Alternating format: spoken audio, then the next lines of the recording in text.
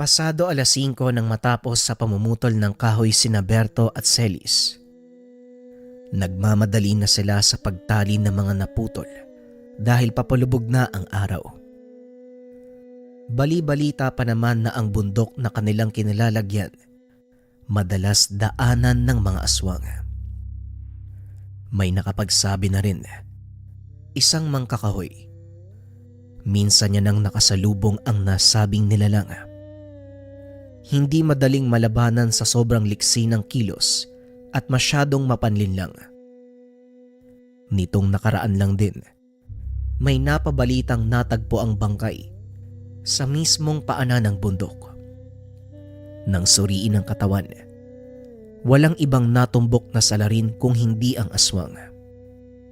Sa dami ng kalmot at pagkawala ng iilang lamang loob, wala nang iba pang maturong salarin. Matapos maitali ang lahat ng mga naputol na katawan ng puno, pinasan nila ito at nagsimula ng maglakad palabas ng kabundukan. Pero bago pa man makalabas, napahinto na sila nang mapansin ang kakaibang tunog mula sa kung saan. Ingay na parang daing ng baboy. May umaalingasaw na rin at mabigat sa pakiramdam ang hangin. Celis, maging alerto ka dahil mukhang may panganib sa paligid. Wika ni Berto. Binilisan ng dalawa ang paghakbang. Palinga-linga din sa paligid dahil may mga yabag na naririnig. Halos magtakbuhan na matapos mapagtantong nasa malapit na ang nagmamay-ari ng ingay. Hindi nagtagal, pagdating sa unahan ay bumungad ang aswang. Litaw na litaw ang nanlilisik nitong mga mata. Nakahanda na rin ang matutulis na kuko. Laway na walang humpay sa pagtulo at ang mga ngipin na hindi na makapag-intay na makakagat ng tao. Ibinaba ng magkapatid ang pasa na kahoy at kanya-kanya sa paghugot ng itak mula sa tagiliran. Inilabas na rin ni Celis ang kwintas na may nakasabit na kulay pulang bato, ang mutya ng apoy. Nang makita ito ng aswang, mapapansin ang pag-urong ng mga ito. Sinubukan nilang umatras pero bago pa man magawa, sinugod na sila ni Berto. Nagsimula ang laban sa pagitan ng aswang at ng magkapatid. Maliksi ang aswang at madaling makaiwas sa mga atake ni Berto. Tsuwintsyempo naman si Celis para hindi masayang ang puwersa ng mutya ng apoy. Nakailang sugod na sila, subalit hindi natatamaan ang aswang. Humantong pa sa punto, sa kanila tumama ang sariling atake. Mabuti na lang, maagap ang bisa ng mutya. Nagawa silang protektahan laban sa sariling armas. Ipinagpatuloy nila ang paghuli sa aswang hanggang sa maigapos. Hindi na rin pinatawad pa. Kaagad nilang pinatay. Gamit ang mutya ng apoy, idininito ni Celis sa mata ng aswang. Ilang sandali pa ay napayaw ang nilalang matapos masunog ang bahagi ng muka. Dahan-dahang binawian ng buhay ang walang awang nilalang. Bumagsak na lamang ang katawan na sunog na sunog.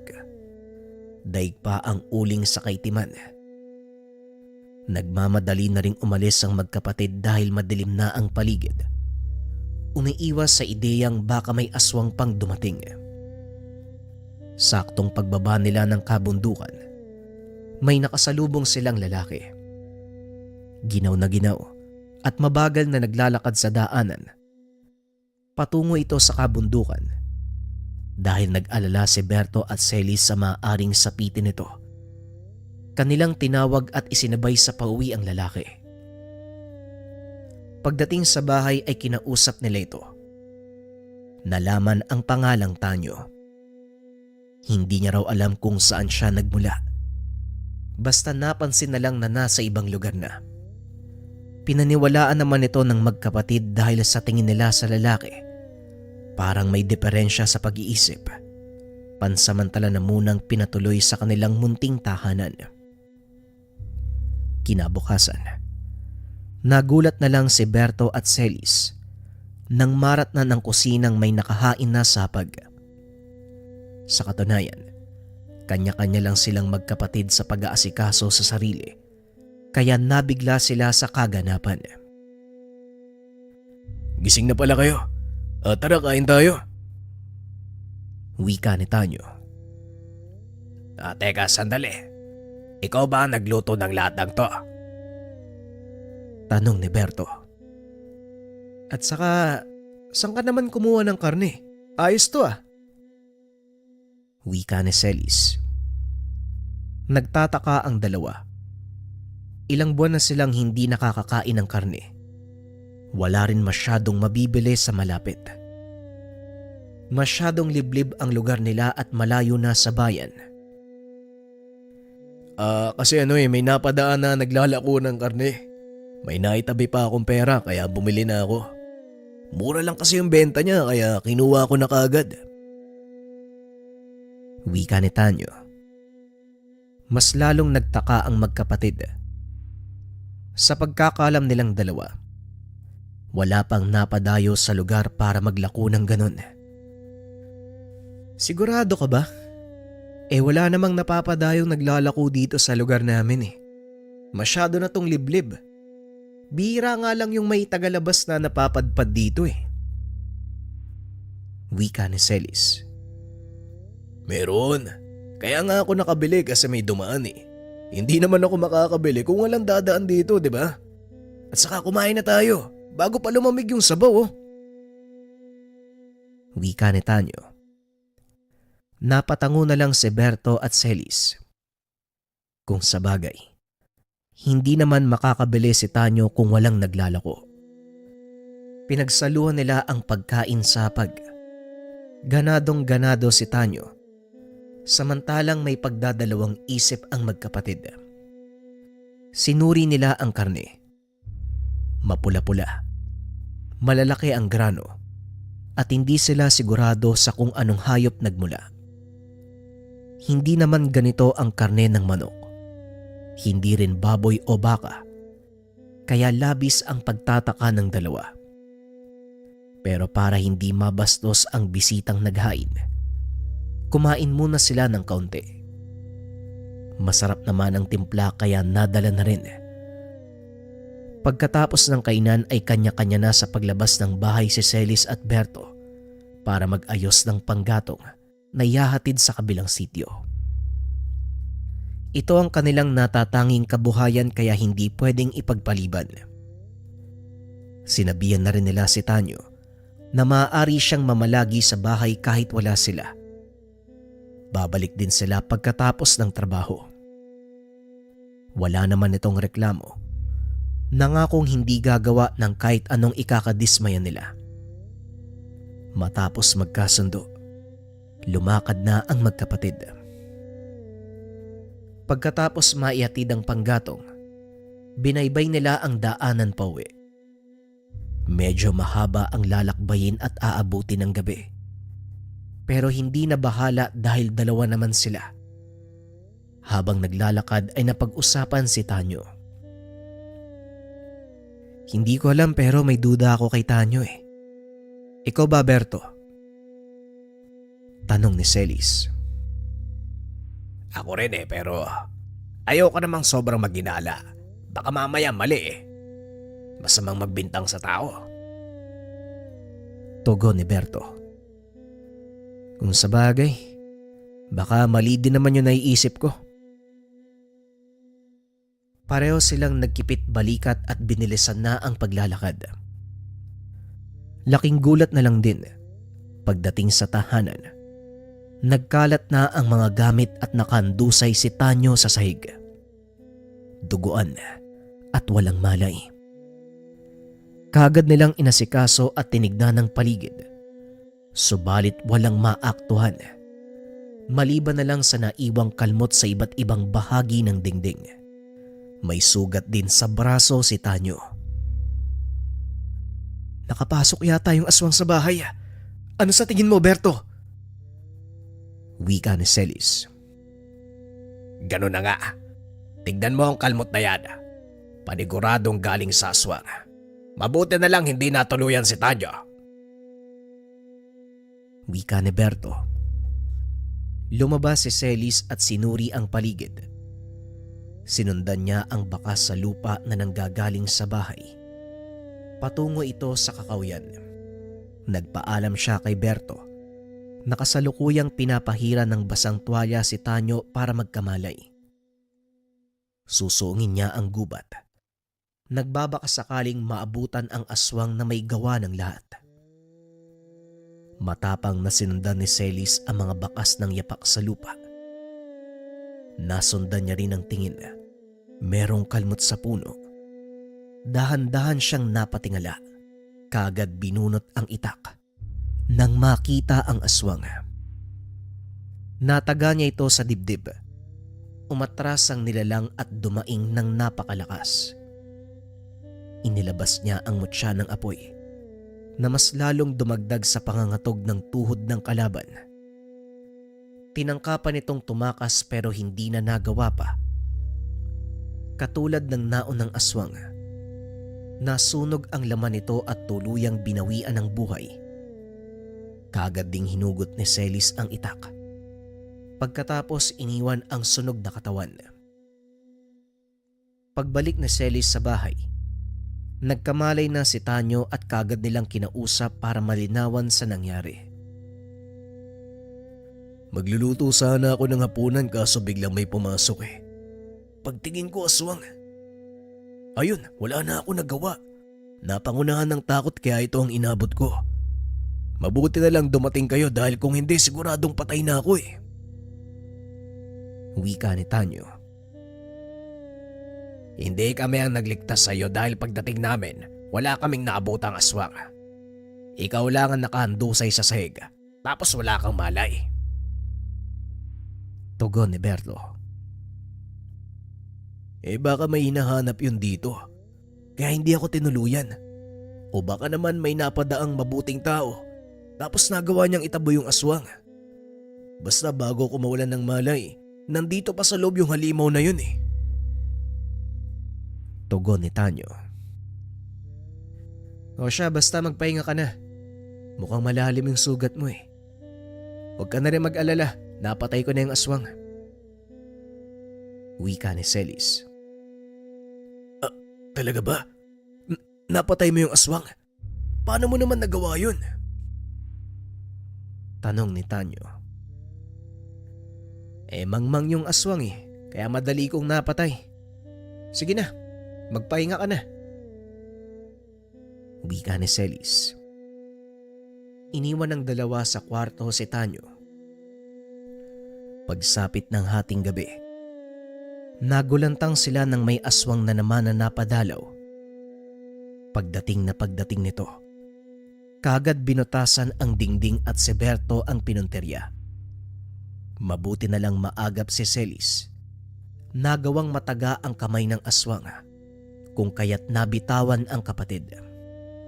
Kanya-kanya sila sa pagbunot ng patalim. Lumabas ng tahanan para matugis ang nilalang.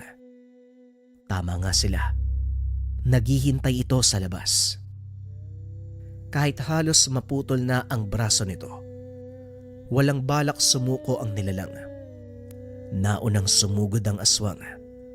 Pero nabasa at alam na ni Berto at Celis ang galawan ng mga nilalang.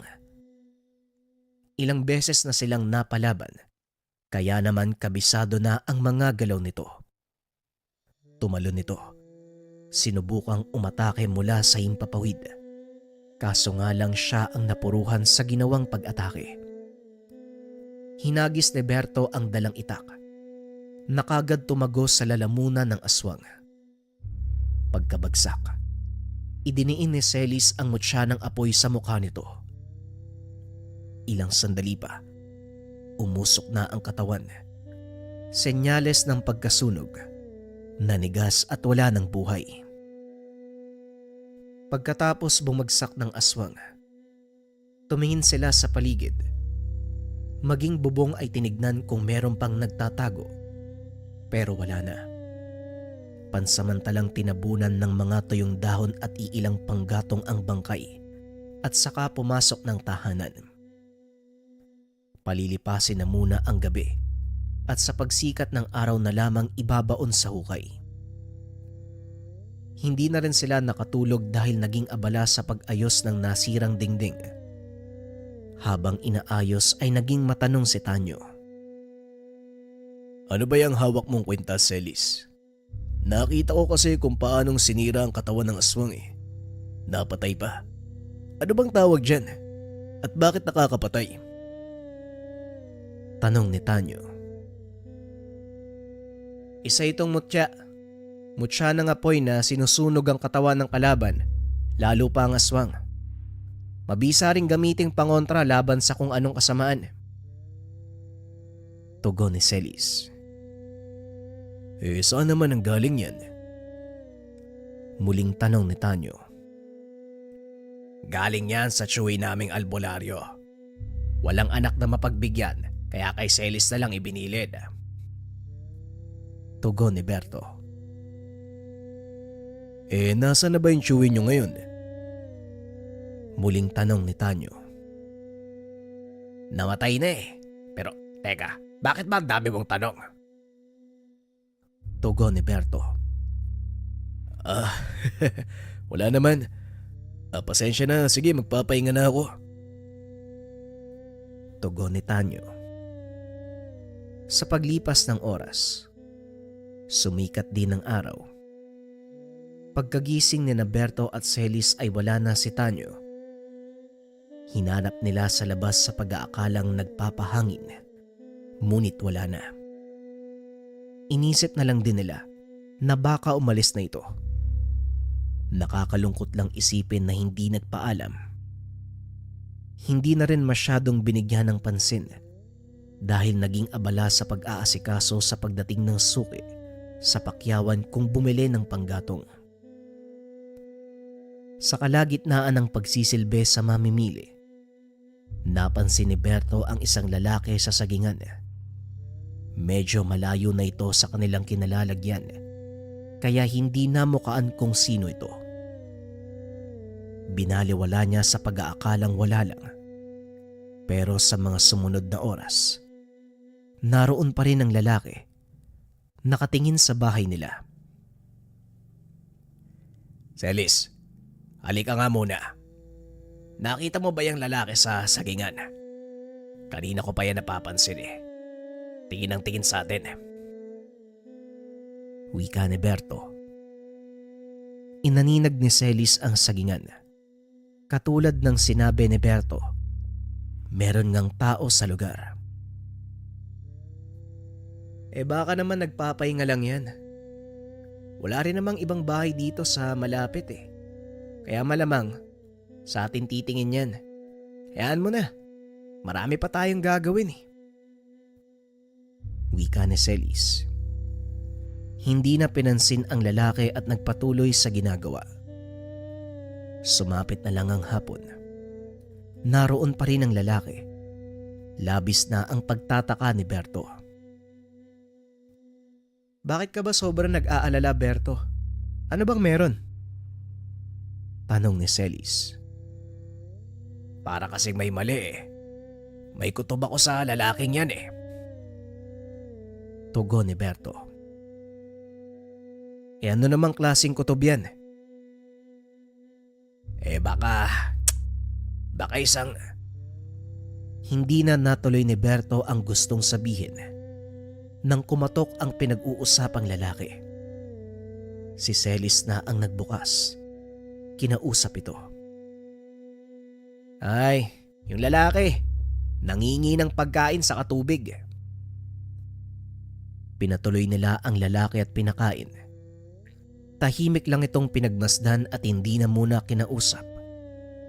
Nang matapos kumain ay doon sila nagtanong. Taga saan ka ba? Ngayon lang kita nakita dito sa lugar namin ah. Tanong ni Berto. Hindi sumasagot ang lalaki. Tansya nila ay nasa 20 ang edad. Palinga-linga ito sa paligid na para bang may hinahanap. Oh, ayos ka lang ba? O bakit parang may hinahanap ka? Naging alerto si Berto at Celis dahil kay nahinala ang naging kilos ng lalaki. Tumatayo na ito at ilang sandali pa. Dahan-dahang nagpalit ng anyo. Bigla silang sinugod. Nabagok ang ulo ni Berto sa dulo ng mesa matapos banggain. Dumiretso naman ang aswang kay Celis at dito nagpakawala ng kalmot. Naiharang na lamang nito ang mga braso sa unahan ng muka upang hindi matamaan. Nang makatsyempo, buong lakas na itinulak ang aswang. Nagmamadaling nagtungo sa pinaglagyan ng patalim. Subalit bago pa man maabot, napasubsob na sa sahig matapos ang dambahan. Nararamdaman din ang pagbaon ng ngipin sa balat. Pero hindi kailanman nagkasugat dahil sa bisa ng hawak na mutya. Hinawakan niya ito sa ulo at buong puwersang ibinangga ang ulo. Nang magkawalay, nakakuha ng pagkakataong makabunot ng patalim si Celis. Ayos ka. Hindi ko napansin yun . Pero wag kang mag-alala. Hindi ko lang huhugutin yung laman mo. Siguradong pipira-pirasuhin kita. Sinugod ni Celis ang aswang. Pero sa halip na lumaban ay tumakbo ito palabas. Hinabol niya. Dinala siya sa gitna ng kakahuyan at doon naganap ang laban. Naging alerto si Celis dahil sa biglaang pagkawala ng aswang. Batid niyang nasa paligid lang ito dahil umaalingasaw pa rin ang amoy. Bawat sulok ng kakahuyan, kanyang tinignan. Sinundan ang mahinang tunog, yabag mula sa kung saan. Positibo talagang nagtatago lang ang kalaban dahil maging ang angil nito, naririnig niya. Ilang sandali pa ay biglang dinambahan si Celis. Hindi makakuha ng balanse kaya bumagsak sila sa lupa. Hindi na rin makatayo matapos daganan ng aswang. Hinawakan niya ang mga kamay upang mapigilan ang akmang pagkalmot. Kahit alam niyang hindi siya masasaktan, mahihirapan pa din sa pagkilos dahil masyado itong sagabal. Nagpalitan sila ng lakas. Sa uli, si Celis ang nagwagi matapos mabali ang kamay nito. Paulit-ulit niyang sinuntok ang nilalang. Nagmamadali siyang tumayo upang kunin ang itak na nabitawan. Nang madampot, kaagad tinaga ang aswang. Sa galit nito, paulit-ulit niyang tinaga hanggang sa mapugutan na ng ulo. Matapos mapatay ang aswang, akma sanang tatalikod na si Celis para umalis sa lugar. Pero napalingon siya nang may mapansin sa unahan. Buhat sa hindi kalayuan, nakakita siya ng isang anino na mabilis ding nawala. Kung hindi siya nagkakamali, nakasalamuha niya ang nagmamay-ari ng pigurang iyon kamakailan lamang. Pagkabalik sa tahanan ay naabutan niya si Berto. Kakagising lang nito matapos mawalan ng malay. Nagdurugo ang bahagi ng ulo nito na kaagad din niyang ginamot. Pinagpahinga niya na muna dahil bahagya pa ring nahihilo. Ano nangyari? Nahabol mo ba yung aswang? Sabi ko na nga ba masama ang lalaking yun . Kapag talaga nagdududa ako, siguradong totoo. Wika ni Berto. Huwag kang mag-alala. Napatay ko na. Andun nakabulagta sa kakahuyan. Dapat lang napatay mo. Ang lakas ng loob na biktimahin tayo. Tayo na ngayon tumulong. Tayo pa'y nabiktima. Pero ang ipinagtataka ko, Berto, paano nangyari na nalapitan tayo ng aswang? Maliban sa ating dalawa, wala namang nakakalam tungkol sa mutya na hawak natin . Imposible ding makapasok sa bahay yun eh. Aba malay ko. Baka nararamdaman nila yung mutya. Pero hindi ba dapat walang makakalapit dito? Protektado tong lugar eh. Hindi ko nga din alam eh. Nagsimula yan nung tumanggap tayo ng bisita dito. Matapos nilang mag-usap ay biglang dumating si Tanyo. Duguan at nanghihina. Kaagad nila itong pinatuloy. Tinignan pa ang labas kung merong nakasunod. Nang walang makita, sinarado ang pintuan at tinulungan si Tanyo. May aswang. Hinabol ako ng aswang. Wika ni Tanyo. Eh saan naman? Teka, hindi ba umalis ka na? Bakit ka pa bumalik dito? Tanong ni Berto. Umuwi ako sa amin eh. Bilang pasasalamat sa inyo. Dadalan ko sana kayo ng pagkain pero naabutan ako ng mga nilalang eh. Ito yung sinapit ko eh. Tugon ni Tanyo. Gamutin mo muna siya, Berto. Magbabantay lang ako sa labas. Baka mamaya merong marka yan eh. Nasundan yan dito. Lumabas ng bahay si Celis at nagbantay. Maigpit ang pagkakahawak niya sa dalang patalim. Inaninag maging ang madilim na bahagi. Kahit mahinang kaluskos ay kaagad niyang tinitignan. Masigurado lamang ang kaligtasan. Pero walang dumating na aswang. Ilang sandali pa, sumigaw si Berto mula sa loob. Walang sugat! Pagpasok ni Celis, nakita niya si Berto na sakal-sakal ng aswang. Walang iba kung hindi si Tanyo. Kung hindi ko kayo mayanggaw, mas mabuti pang kainin ko na lang kayo. Kagad kumilos si Celis para tagain si Tanyo. Nang akma nitong kakagatin si Berto, mabuti na lang hindi natuloy dahil naging abala ito sa pag-ilag sa patalim. Nasa lupa ni Tanyo ang itak. Umagos ang dugo nito. Ibang-iba na ang itsura ni Tanyo. Merong katawan ng tao, pero yung mukha niya para bang sa aso. Isang uri ng gabunan. Mapanlin lang kang hayop ka. Ngayong alam na namin ang totoo, hinding-hindi ka na makakawala. Idiniin ni Celis ang itak at napayaw na lamang ang aswang.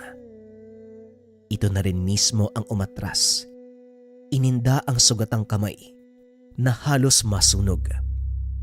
Hindi maintindihan ni Tanyo ang nangyayari. Ang buong katawan niya ang nangihina na para bang nalalapnos. Ayos ka rin ah. Pati kami pinaniwala mo. Akala ko talaga ibang aswang yung kalaban natin eh. Celis, malakas sana tong aswang na to, gabunan. Nagkamali ka ng binangga mo, utoy. Wika ni Berto. Wag muna nating patayin. Ayos din yung ginawa nito eh, no? Niloko pa tayo. Kaya mo siya magsalita. Tapos saka natin paglaruan. Inawat ni Celis ang kapatid. Huminto naman ito. Kinausap niya si Tanyo na ngayon ay bumalik na sa pagiging tao. Sabihin mo nga sa amin, ano bang pakay mo? Tinuring ka naming kaibigan pero yan ang igaganti mo. Wika ni Celis. Hindi ko na kailangan magpaliwanag pa sa inyo. Kung tutusin, binibigyan ko pa kayo ng karagdagang lakas. Bukod sa tangan nyo, pwede pa kayong magkamit ng lakas bilang aswang. Wika ni Tanyo. Ngumiti ito ng nakakaloko sa dalawang magkapatid. Hindi na nakapagpigil pa si Celis. Paulit-ulit niyang sinuntok. Sa bawat pagsuntok ni Celis, tila baga na tumatama sa katawan ng nilalang dahil umuusok ito. Gusto ko lang yang gawin kayo para mas lalong lumawak ang lahi namin at maging mas malakas. Hinampas ni Berto ang ulo ni Tanyo. Muli itong nasubsob sa sahig. Pinagsasuntok niya ng paulit-ulit. Tumayo na lang si Celis. Pinanood habang ginugulpe ng kapatid ang tinuring na kaibigan. Wala siyang balak na umawat dahil maging siya gustong pahirapan ang nilalang. Ayos na yan. Patay na oh. Sunog na yung katawan niyan. Hingal na tumayo si Berto mula sa katawan ni Tanyo. Duguan ang mukha nito. Halos malapnos ang buong katawan. Hindi na gumagalaw. Naglinis naman ang kamay at katawan ng magkapatid. Kaso nga lang, hindi nila namalayan ang pagbangon ng gabunan. Berto, si Tanyo nawala dito. Matapos magsalita, nakarinig sila ng malakas na pagtalon. Kapwa na pailag ang dalawa. Akma sanang susunggaban pa ang magkapatid. Inilabas na ni Celis ang mutya ng apoy. Kumuha naman ng patalim si Berto. Sabay nilang sinugod ang nilalang. Aba ayos to, matigas talaga. O sige, subukan natin yung tigas mo. Gagamitan ka na namin ng tangad. Naunang sumugod si Berto. Walang tigil na inatake si Tanyo gamit ang hawak na patalim. Nakita naman kung paanong nahirapan ang aswang na lumaban. Napapayaw ito dahil nalalapnos ang kanyang balat. Sige na, Celis. Patayin mo na yan. Sobrang kulit. Hinawakan ng mabuti ni Berto si Tanyo. Pinaluhod sa harapan ni Celis. Nahirapan na rin itong makakilos dahil nakasaksak sa kanyang tiyan ng patalim. Hinubad ni Celis ang mutya ng apoy. Inilagay sa leeg ni Tanyo. Unti-unting umusok ang katawan ng aswang. Ang amoy ng lugar, amoy nasusunog na laman. Dahan-dahang lumalabas ang dugo sa bawat butas ng katawan ni Tanyo. Umangil ng napakalakas ang aswang. Pero wala na siyang nagawa. Tuluyan ng binawian ng buhay ang aswang. Napatitig sina Berto at Celis sa nakahandusay na katawan ni Tanyo. Nakahinga ng maluwag dahil napatay na ang aswang. Namayani ang katahimikan pagkatapos nun. Pinagtulungan ng magkapatid ang bangkay na ilabas. Dinala sa hindi kalayuan. Nagukay ng libingan. Iniwanan ang aswang. Dapat kasi hindi tayo tumutulong kung kani-kanino eh. Hindi naman sa lahat ng oras, dapat maging mabuting tao tayo. Ayan, kamuntikan tayo mabiktima. Hayaan mo na, hindi na mauulit yan. Sana magsilbing aral sa atin tong dalawa. Pero kahit papano, nagpapasalamat ako. Hindi tayo iniwanan ng pamana sa atin. Kahit kailan, patuloy tayong aalagaan ng mutya ng apoy. Matapos ng kaganapang iyon, marami pang nakaengkwentro ang magkapatid. Ngunit kahit anong nilalang ang sumubok sa kanila, hinding-hindi sila kayang patumbahin. Ito ay nang dahil sa bisa ng mutya ng apoy.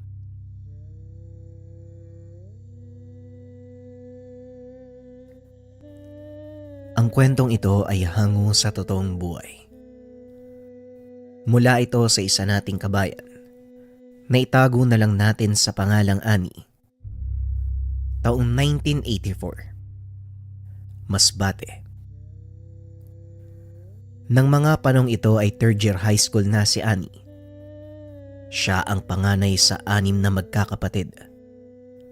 Ang trabaho ng ama ay pangingisda. Ang ina ay nag-aalaga sa mga kapatid. Paminsan ito din ang nagkukumpuni kapag may sira ang lambat. Nasa dulo ng baryo ang kanilang tahanan. Kalapit ang bahay ng kaibigan na ang pangalan ay Mena.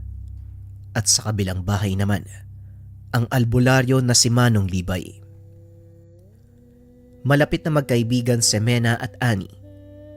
Mula pagkabata, sila na ang palaging magkalaro.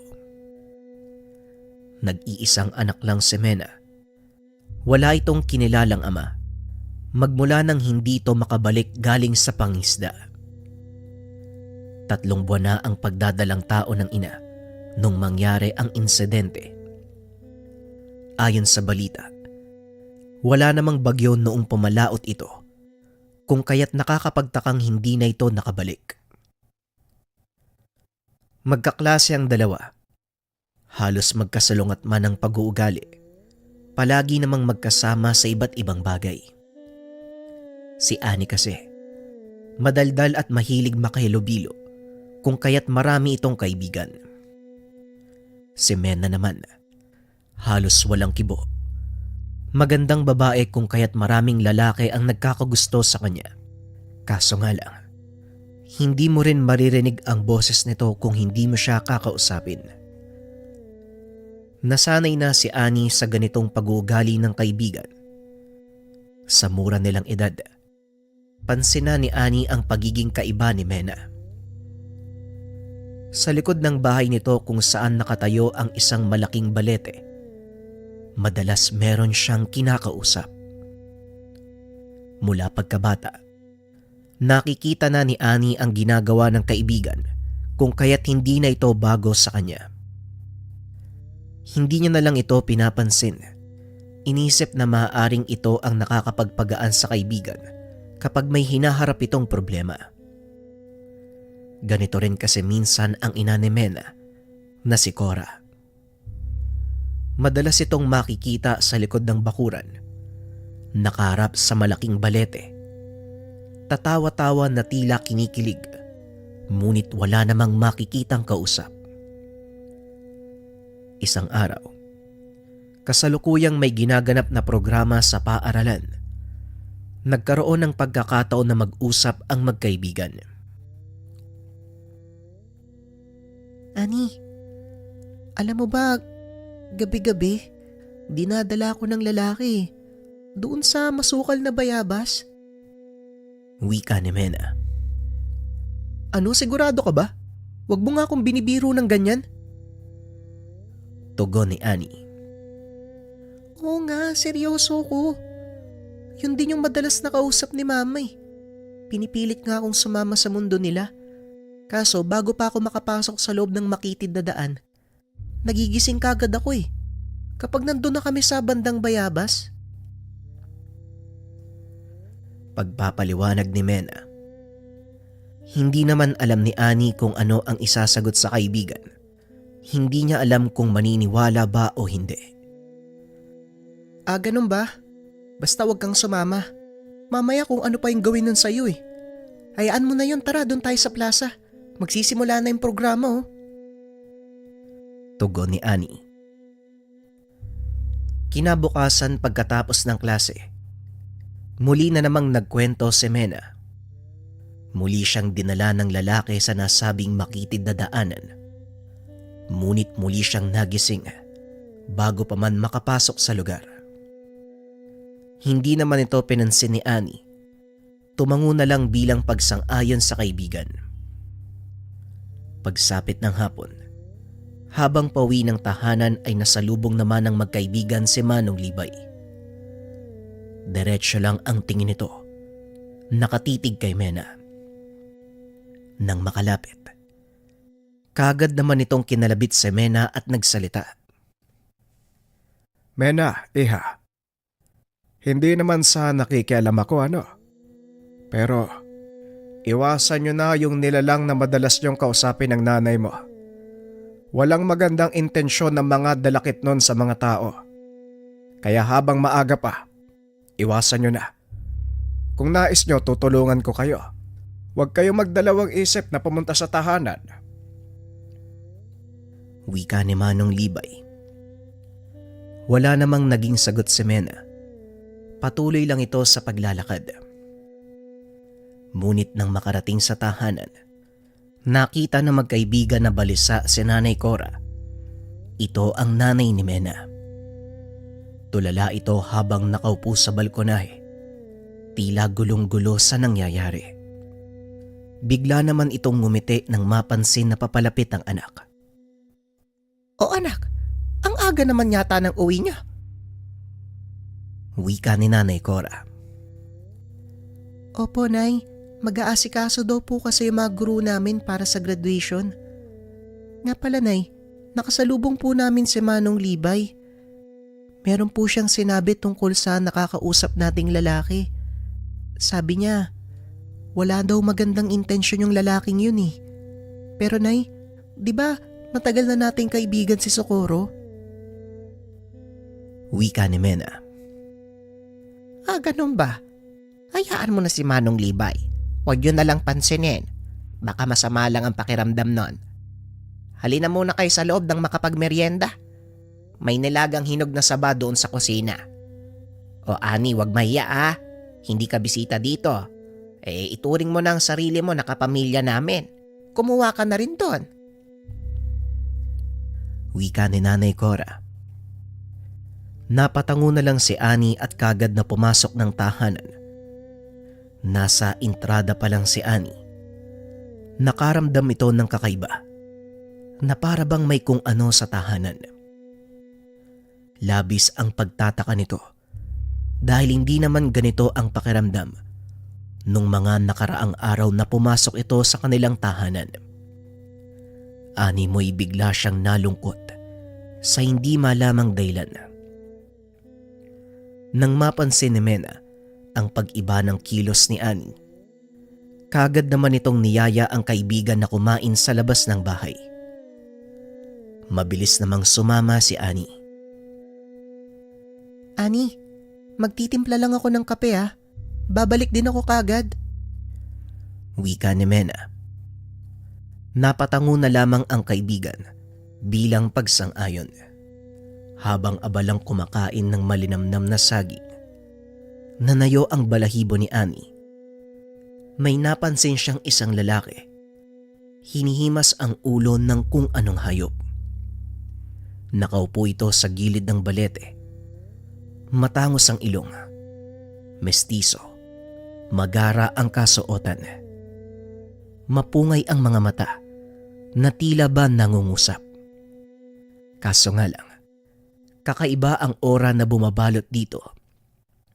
Ani mo'y kabaliktaran ang ugali nito sa kung ano ang nakikita niya sa panlabas na anyo. Ani, ito yung kape mo oh. Kanina ka pa tulala dyan ah. Ano bang tinitigdan mo? Wika ni Mena nang mapansing nakatulala si Ani. Ha? Kanina ka pa ba dyan? Kasi may... Itinuro ni Ani ang puno. Kaso nga lang, wala na ang lalaking nakaupo. Nako Ani, baka pagod lang yan. Huwag ka kasi masyadong nag-iisip ng tungkol sa paaralan kapag nasa bahay na tayo. Wika ni Mena. Naging palaisipan kay Ani ang mga nakita. Alam niya sa sarili na hindi ito guni-guni. Kaso nga lang matapos kumain, kagad namang gumawa ng takdang aralin ang magkaibigan. Bago pa lumubog ang araw ay kaagad nang umuwi si Ani. Ilang linggo pa ang nakalipas. Habang abala sa paglalaba si Ani, nagulat ito nang marinig ang balita ng ina. Anak, nagkakagulo ang kapitbahay. Si Mena daw, hindi nagigising. Diba wala namang sakit yan? Wika ni Nanay Lita. Teka, ano pong ibig niyong sabihin, Nay? Tanong ni Ani. Ayun nga ang balita. Natulog pero hindi na gumigising. Ilang oras na daw sinusubukan ng mga kaanak na gisingin si Mena pero walang nangyayari. Wala na rin daw pulso pero mainit ang katawan para bang natutulog lang talaga. Tugon ni Nanay Lita. Sige po Nay, pupuntahan ko muna. Titignan ko kung anong nangyari sa kanya. Tugon ni Ani. Mabilis na kumilos ang dalaga upang tignan ang kalagayan ng kaibigan. Habang patungo sa bahay, labis naman ang kabang nararamdaman dahil masyadong nakakabigla ang nangyari sa kaibigan. Nang makarating sa bakuran, rinig nito ang iyakan mula sa loob ng bahay. Labis naman ang naramdamang lungkot nang makitang wala ng buhay ang kaibigan. Naagaw naman ang atensyon nang marinig ang isang katok. Mabilis itong pinagbuksan ni Cora. Nakita niya si Manong Libay. Ito na nga ang sinasabi ko eh. Binalaan ko na kayo. Wala talagang magandang maidudulot ang mga dalakit nun. Wika ni Manong Libay. Dagdag pa nito, ang mga dalakit nun ay isang uri ng itim na engkanto. Bihira itong makisalamuha sa mga tao.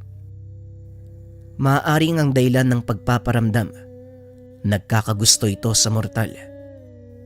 Lingid sa kaalaman ng lahat, ang dalakit nun ay likas na mapang-abuso. Mapagmanipula, marami itong ipapangako tulad ng magandang buhay o kayamanan. Pagsapit ng hapon, susubukan kong ibalik si Mena. Ilang araw rin akong mawawala. Huwag niyong ipapaimbala sa mo ang katawan hanggat hindi ako nakakabalik. Wika ni Manong Libay. Napatango na lamang si Nanay Cora bilang pagsang-ayon. Bago nilisan ni Manong Libay ang tahanan, nag-iwan ito ng ilang dahon ng laurel. Inilagay sa bawat sulok ng kwarto. Ginagawa ko ito para maiwasan ang iilang nilalang na umaaligid. Lalo na ang balbal. Huwag niyong iwanan ang katawan kahit anong mangyari. Pagsapit ng dilim, bitbit ang itak. Ilang botelyang nakasabit sa bewang. May dalang itim na manok. Mag-isa nitong tinungo ang puno ng balete. Huwag niyo na akong sundan. Kapag hindi ako nakabalik sa 3 araw, putulin at sunugin niyo ang puno. Wika ni Manong Libay. Bakit naman po, Manong? Kung dyan kayo dadaan, paano kayo makakalabas kung susunugin namin ang puno? Tanong ni Annie. Kapag hindi ako nakabalik, ang ibig sabihin nun, hindi naging matagumpay ang pagligtas ko kay Mena. 3 araw lang din ang maaaring itagal ng katawang tao sa mundo ng mga engkanto. Kung lalagpas man, marahil mataas ang kaalaman nito. Sa estado ng aking kakayahan, limitado lang ang alam ko pagdating sa dalakit nun. Pero huwag kayong mag-alala. Gagawin ko ang lahat para mailigtas si Mena. Wika ni Manong Libay. Kagad namang umalis si Annie at Nanay Cora nang makitang nagsisimula ng magritual si Manong Libay habang may sinasambit na mga orasyon. Bigla naman itong ginilitan ang 2 itim na manok. Inikot nito ang dugo sa puno hanggang sa wala nang tumutulong dugo mula sa leeg ng manok. Ilang beses ding umikot si Manong Libay hanggang sa nagulat si Annie at Nanay Cora. Sa 7th ikot, bigla na lamang nawala ang albularyo. Tinatawag pa ito ni Nanay Cora. Tanging bakas ng dugo ang nakita. Hindi naman nabahala ang 2 sa biglang pagkawala ni Manong Libay. Inisip nila, naging matagumpay ang pagpasok nito sa mundo ng mga nilalang. Kagad ding bumalik ang 2 sa tahanan. Inilapag ang katawan ni Mena sa banig at hindi na nag-abala pang gumawa ng kabaong. Hawak ang pag-asang muling babalik si Wena tulad ng mga sinabi ni Manong Libay. Kaso nga lang, lumipas na ang 2 araw. Wala pa ring pagbabago. Hindi pa rin nakakabalik ang albularyo. Labis naman ang kaba ni Annie para sa kaibigan. Ramdam nitong buhay pa si Mena dahil nananatiling mainit ang katawan nito. Sa pagsapit ng ikatlong araw, bandang hapon, halos hindi na tumitigil sa kakaluha si Cora. Taimtim itong nagdarasal habang hawak-hawak ang isang rosaryo. Diyos ko, naway bumalik ang anak ko. Iligtas niyo po siya kung saan man siya naroon. Wika ni Nanay Cora. Ilang sandali pa napatayo si Ani at Cora nang marinig ang tinig ni Manong Libay. Opo, Cora, ay buksan niyo ang pintuan. Kagad namang binuksan ni Cora ang pintuan. Bigyan niyo ako ng tubig. Nanunuyot ang lalamunan ko. Tugon ni Manong Libay. Habang inaabot ang isang basong tubig, kitang-kita naman sa pagbumuka ng albularyo ang pagod. Nanginginig pa ito habang umiinom ng tubig. Hinayaan muna itong makapagpahinga bago tanungin kung ano ang mga nangyari. Ilang sandali pa bago ito nagsimulang magsalita. Cora, baka may nais kang sabihin bago ko isiwalat ang mga naranasan ko sa mundo ng mga dalakitnon. Wika ni Manong Libay. Kitang-kita naman sa mukha ni Cora ang gulat dahil sa tanong ni Manong Libay. Wala namang magandang maidudulot kapag nagsinungaling, kung kaya't kagad nitong ipinaliwanag ang lahat. Sa totoo lang, matagal na akong nililigawan ng lalaking yun eh. Masaya naman ako sa kanya. Madalas niya rin kinakausap si Mena. Sa nakikita ko, nagkapalagayan sila ng loob. Hindi ko naman pinagbawalan si Mena na makipag-usap dito. Alam ko kasi na wala namang gagawing masama ang dalakit nun sa anak ko. Matagal na kaming magkakilala ni Socorro mula nang mawala ang tatay ni Mena. Ito na nagsilbing ama ng anak ko. Kaya ko naman nakilala ang dalakit nun na yon dahil din kay Eric, yung dating kaibigan ko. Wika ni Nanay Cora. Hindi niya pinansin ang mga usap-usapan na matagal nang nawawala si Eric. Ayon sa mga balita, huli itong nakitang umakyat sa kabundukan kasama ang tinana nitong babae. Kaso nga lang, matapos marinig ang paliwanag ni Eric, kagad siyang nagtiwala at binaliwala lahat ng haka-haka tungkol sa kaibigan. Magtatatlong taong gulang pa lamang si Mena noon nang malaman nito ang totoong pagkakakilanlan ng nilalang. Dahil isang hapon, nakita niya itong nanggaling sa likod ng balete. Wala namang daanan sa likuran ng puno dahil purong talahib lang ang meron doon. Nang makalapit ang nilalang, prangkang nagtanong si Cora. Anong ginagawa mo dun sa puno? Ano ka ba talaga? Tanong ni Cora. Isa akong dalakit, Cora. Pero wag kang mabahala. Hindi ako tulad ng iniisip mo. Walang katotohanan ng mga sinasabi ng mga mortal. Naniwala naman si Cora sa mga sinabi nito. Makikita rin sa maamo nitong muka na nagsasabi ng totoo. Lumipas ang mahabang panahon. Bigla itong nag-aya na dalhin si Cora sa mundo ng dalakit nun. Dahil sa takot kung kaya't hindi pumayag si Cora, nangako pa ng kayamanan ang dalakit nun. Hindi nito nabago ang desisyon ni Cora. Nung una, inakala niyang tanggap ng dalakit nun ang naging desisyon. Ngunit sa nangyayari ngayon, tila hindi maganda ang resulta. Sa totoo lang, Cora, naging mahirap ang paglalakbay ko sa mundo ng mga dalakitnon. Hindi ka nagkakamali. Nandun nga si Mena. Hindi maganda ang lagay nito. Kasalukuyan siyang alipin ng mga itim na engkanto. Wika ni Manong Libay. Matapos niyang makapasok sa lagusan, lumabas siya sa isang maliit na balon. Hindi kalayuan makikita naman ang malaking tahanan na may 2 palapag. Matataas din ang bakod nito Isang makalumang bahay na pangmayaman na yari sa kahoy. Malalaki ang mga punong nakapalibot sa tahanan at yung mga nakikita niyang nilalang. Hindi normal na tao. Ibang-iba ang itsura dahil napakaganda. Bago pa tuluyang mapansin si Manong Libay, nagtago siya sa makapal na halaman. Matyaga itong nakiramdam hanggang sa marinig ang yapak ng kabayo. Ilang sandali pa dumaan naman ang isang karwahe. Sa likod nito, ang 9 na tao na merong kadena. Isa-isa itong tinignan ni Libay hanggang sa makita nito si Mena na walang tigil sa pag-iyak. Basang-basa ng pawis ang katawan nito. Animoy walang tigil sa pagtatrabaho. Halos 1 dipa lang ang distansya ng bihag sa bawat isa. 3 dito ay lalaki, 5 naman ang mga babae. Lahat sila ay merong kadena, sabay-sabay na hinihila ng karwahe.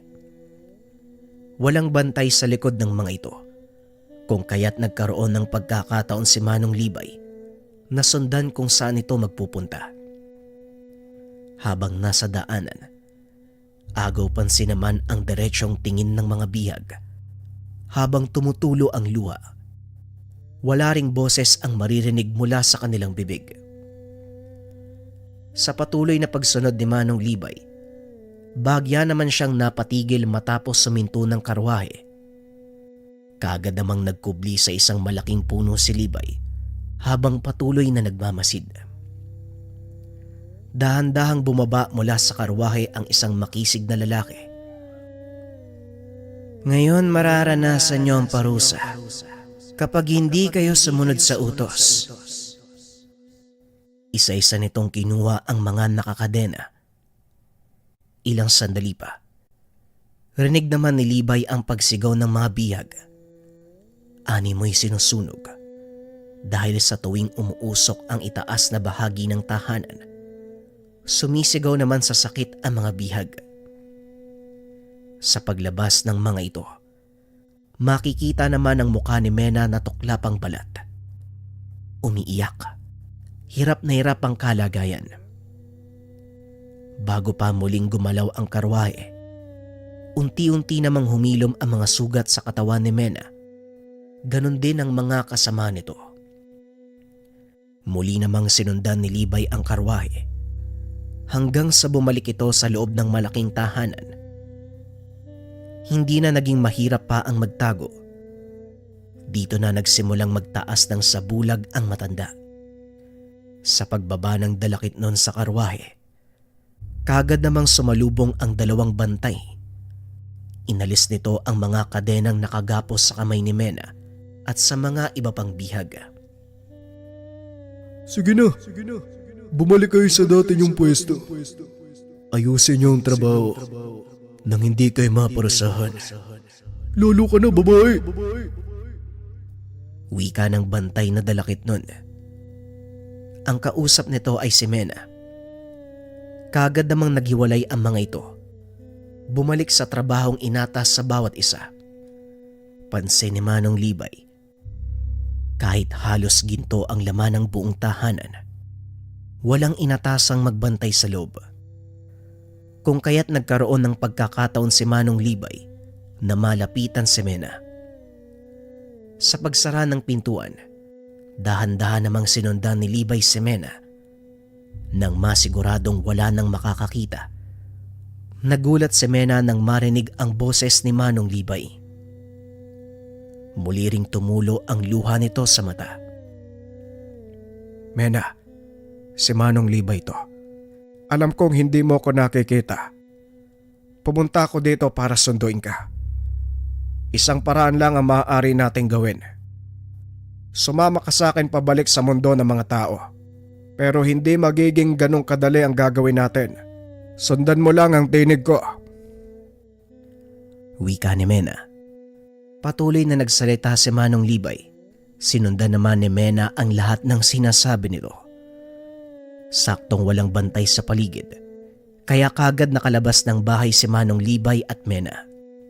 Ngunit ang hindi nito inaasahan, Nang maamoy ng isang nilalang ang kanilang kinaroroonan, kaagad itong kumilos upang sila ay masundan. Mena, tara na! Sundan mo ko, dalian mo!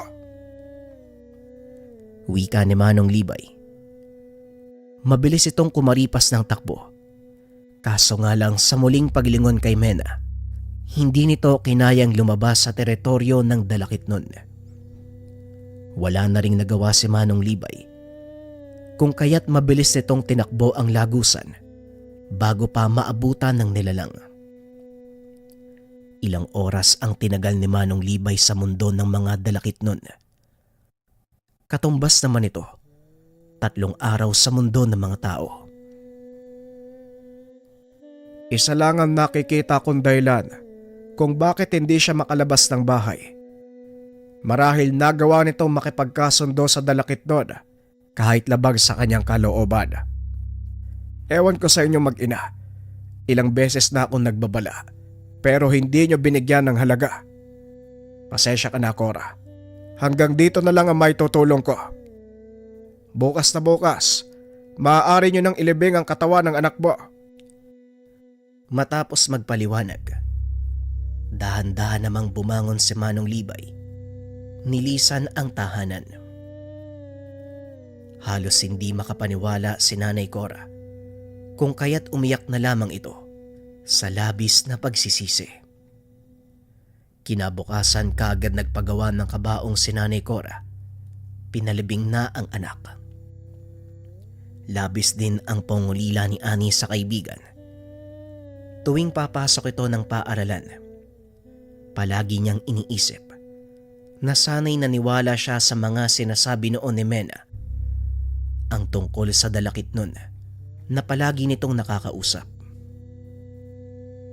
Hanggang sa dumating ang isang hapon, habang pauwi mula sa paaralan, napansin niyang tulala at umiiyak si Nanay Cora. Kaagad niya itong nilapitan upang kausapin. Auntie Cora, ayos lang po ba kayo? Kung gusto niyo na makakausap, nandito lang po ako ha. Wika ni Ani, habang naluluwang hinihimas ang likod ni Cora. Gabi-gabi na lang akong nananaginip. Nakikita ko si Mena. Humihingi siya ng tulong. Palagi daw siyang pinururusahan ng mga dalakit nun. Tubusin ko daw siya. Pumunta daw ako dun sa kabundukan. Yang bundok na yan. Yung nasa likod ng bahay namin. Ang sabi niya, kailangan kong pumunta ng gabi at kailangan mag-isa ko. Kapag naroon na ako sa itaas, hukayin ko daw yung lugar dahil naroon siya. Wika ni Nanay Cora. Magkahalong kilabot at awa naman ang naramdaman ni Ani. Gustuhin man niyang tumulong, wala na siyang magagawa. Makalipas ang mahabang panahon, hindi naman tinubos ng ina si Mena. Marahil takot ito o hindi kaya naman ayaw nitong sumama sa dalakit nun sa simula pa lamang. Ngayon sa kasalukuyan, matanda na si Ani. May 2 anak at OFW ang asawa. Masaya na itong namumuhay kasama ang 2 anak. Wala na ring naging balita si Ani kay Auntie Cora at Manong Libay. Dahil nang makagraduate, kaagad na itong lumipat ng Romblon upang makalayo na doon sa lugar. Malungkot ang naging karanasan ni Ani at ang kanyang kaibigan. Ngunit isang bagay lang ang natutunan niya. Sa tuwing may sinasabing kakaiba ang ating mga kaibigan o kapamilya, subukan nating unawain. Dahil marahil ito ay totoo. Maaaring sila ay nakakakita ng mga hindi normal na bagay. Opinyon para sa kwento. Madalas na yung ganitong kwento sa atin mga kabayan, ano? Yung mga mapanlinlang na elemento o nilalang. Alam nyo kasi madalas ang biktima ng mga ito yung mahina yung dungan o yung pananalig. Lalong-lalo na yung mga taong merong pinagdadaanan kasi madali silang manipulahin eh. Kaya naman mga kabayan, palagi nyo ring tatandaan, ingat tayo ha. Ingatan din natin yung mga mahal natin sa buhay, Kapag kailangan nila ng makakausap, siguraduhin magbigay ng kaunting oras para sa kanila. Yun lamang, maraming salamat sa pakikinig ng ating kwento. Paalam. Para sa mga interesado sa spiritual bracelet, panoorin ang video. Marahuyo. For protection.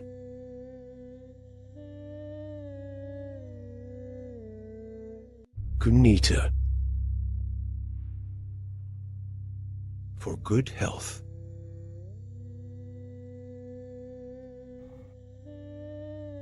+1 mantra. For anti-stress and good fortune. Candili V1. For good luck. Candili V2. For good luck. Talege. For anti-jealousy. Pasado 5:00